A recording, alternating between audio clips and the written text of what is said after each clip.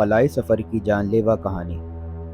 آپ سن رہے ہیں ڈیجیٹل کتب خانہ اور میں ہوں آپ کا میزبان عدنان حسین۔ کہانی کی طرف بڑھنے سے پہلے آپ سے درخواست ہے کہ اگر آپ نے ہمارا چینل ڈیجیٹل کتب خانہ اب تک سبسکرائب نہیں کیا ہے تو اسے ضرور سبسکرائب کیجیے تاکہ ہماری ویڈیوز بر وقت آپ تک پہنچتی رہیں۔ تو آئیے چلتے ہیں کہانی کی طرف۔ جوں ہی باب برآمدے میں پہنچا، ماں نے اس کی طرف بڑھتے ہوئے پر امید لہجے میں پوچھا، پھر کیا بنا؟ بننا کیا تھا امی؟ باب نے جواب دیا، آپ کا لاڈلا آج تک کسی امتحان میں فیل ہوا ہے جو اس امتحان میں فیل ہوتا؟ بہت بہت مبارک ہو، ماں نے باب کو گلے لگایا، گویا اب تم چاند پر جانے والے پہلے لڑکے بن گئے ہو۔ ہاں، لیکن پہلے 2 لڑکوں میں سے ایک، باب نے کہا۔ کیری کو بھی چن لیا گیا ہے۔ وہ اور میں اکٹھے پروفیسر ولیم کے ساتھ 4 دن بعد صبح کے 4:53 پر اولمپیا 3 میں چاند کی طرف روانہ ہوں گے۔ باب نے اپنی دونوں مٹھیاں بھیجتے ہوئے کہا، مجھے تو یقین ہی نہیں آ رہا کہ یہ سب کچھ سچ ہے۔ اسی لمحے گیراج میں کار آ کر رکی اور چند منٹ بعد باب کے ابو پروفیسر ملٹن برآمد ہوئے۔ باب خوشی کے مارے ان سے لپٹ گیا۔ ماں نے اطلاع دی، تمہارا لاڈلا چن لیا گیا ہے۔ مجھے معلوم ہے، ابو نے مسکراتے ہوئے کہا، مجھے فون پر بتا دیا گیا تھا۔ باب کے ابو خلا بازوں کے تربیتی ادارے میں پروفیسر تھے۔ وہ خلا میں جانے والے 7ویں اور چاند پر جانے والے 5ویں آدمی تھے۔ اس کے بعد انہیں خلا بازوں کی تربیت کے ادارے میں پروفیسر بنا دیا گیا تھا۔ باب اور کیری دونوں ان کی جماعت کے ہی طالب علم تھے۔ 2 سال پہلے اس جماعت میں 20 طالب علم داخل ہوئے۔ کام کے مشکل ہونے کے باعث طلبہ کی تعداد رفتہ رفتہ کم ہوتی گئی اور آخر میں صرف 6 طلبہ رہ گئے، جن میں سے اب صرف باب اور کیری کامیاب ہوئے تھے اور 4 روز بعد چاند پر جانے والے تھے۔ لیکن بیٹے، ابو نے اچانک سنجیدہ ہوتے ہوئے کہا، کیری کا دل رکھنے کی کوشش کرنا۔ تم تو جانتے ہی ہو کہ چاند کی 5ویں مہم پر اس کے والد کا چاند پر انتقال ہو گیا تھا۔ جی ابو، مجھے پتا ہے، باب نے کہا۔ آپ نے بتایا تھا کہ کیری کے والد آپ اور پروفیسر ولیم چاند پر کوہ خاموش کے دامن میں پتھروں کے نمونے جمع کر رہے تھے کہ کیری کے والد گر پڑے۔ ان کا خلائی لباس پھٹ گیا اور وہ جاں بحق ہو گئے۔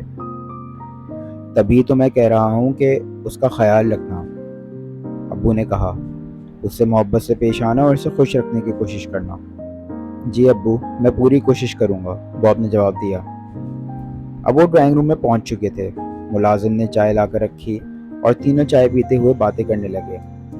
بیٹے، ماں نے بڑے پیار سے کہا، چاند پر اترتے اور چلتے وقت اپنے خلائی لباس کا خیال رکھنا۔ جی امی، باب نے کہا، اور اپنے آکسیجن سلنڈر کا بھی۔ جی امی، بالکل رکھوں گا، اور اپنے جوتوں کے تسموں کا بھی۔ جی، لیکن امی، خلائی جوتوں میں تو تسمے نہیں ہوتے۔ کوئی بات نہیں، اگر زب ہو تو اس کا بھی دھیان رکھنا، ماں نے مسکراتے ہوئے کہا۔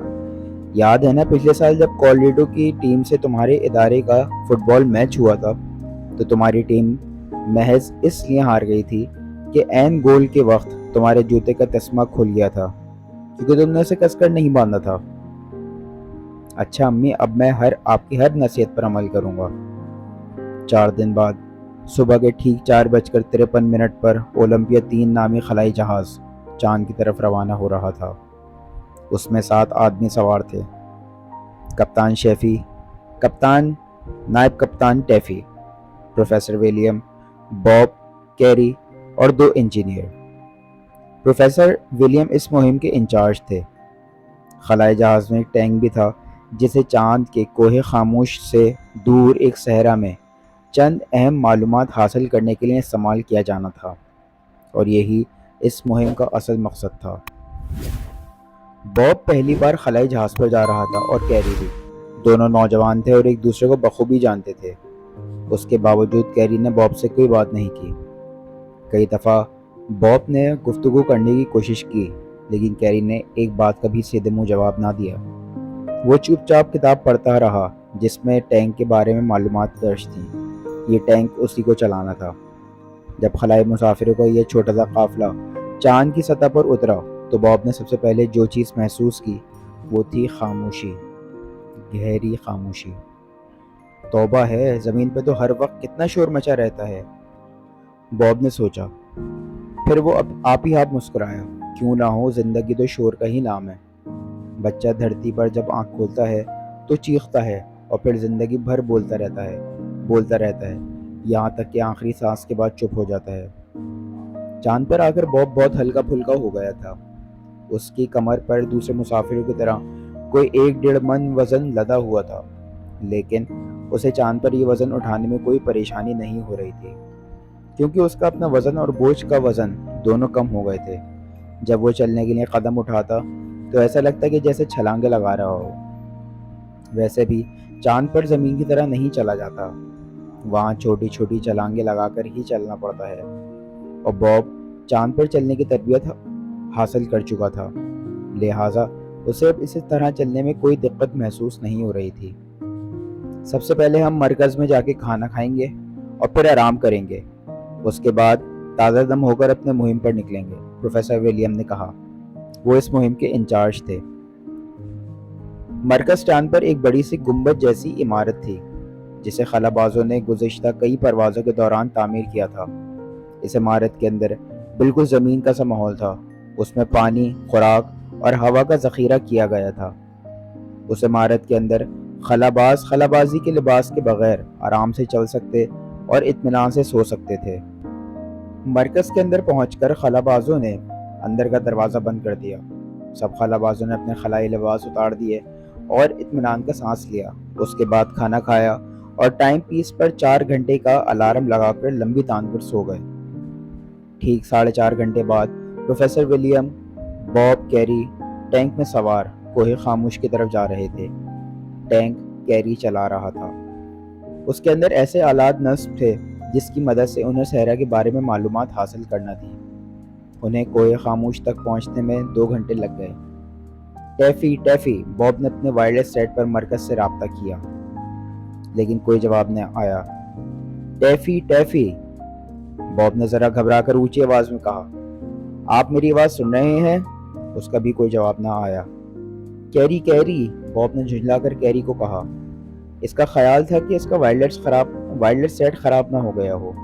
کیا تم میری آواز سن رہے ہو؟ ہاں سن رہا ہوں، کیری نے غصیلی آواز میں کہا، سن رہا ہوں، بہت اچھی آواز ہے تمہاری۔ میرا یہ مطلب نہیں تھا کیری، باب نے کہا، ہمارا مرکز سے رابطہ ٹوٹ گیا ہے۔ تو میں کیا کروں؟ کیری نے بولا، پروفیسر کو بتاؤ۔ چند لمحوں بعد پروفیسر ولیم کو وائرلیس پر بتا رہا تھا کہ ان کا مرکز سے رابطہ ٹوٹ گیا ہے۔ پروفیسر نے دھیمے لہجے میں کہا، گھبرانے کی کوئی بات نہیں ہے، ہمارے پاس سواری موجود ہے، ہم اپنا کام پورا کر کے واپس مرکز پہنچ جائیں گے۔ اب ان کا ٹینک کوہ خاموش کے پہاڑی سلسلے کو عبور کر چکا تھا، جس کے بعد انہیں صحرا میں قدم رکھنا تھا۔ اچانک ٹینک ایک جھٹکے کے ساتھ رک گیا۔ باب اور پروفیسر ولیم نے سوالیہ نظروں سے کیری کی طرف دیکھا۔ کیری کے چہرے پر پریشانی کے آثار نظر آ رہے تھے۔ ہمیں نیچے اتر کر دیکھنا ہوگا، لگتا ہے چین میں کچھ گڑبڑ ہو گئی ہے، کیری نے وائرلیس سیٹ پر کہا۔ خدا نہ کرے کہ ایسا ہو، باب کے منہ سے نکلا۔ اس کا دل زور سے دھڑک رہا تھا، لیکن اس نے اپنے آپ پر قابو پا لیا۔ سب سے پہلے پروفیسر نیچے اترے، اس کے بعد باب۔ لیکن یہ کیا؟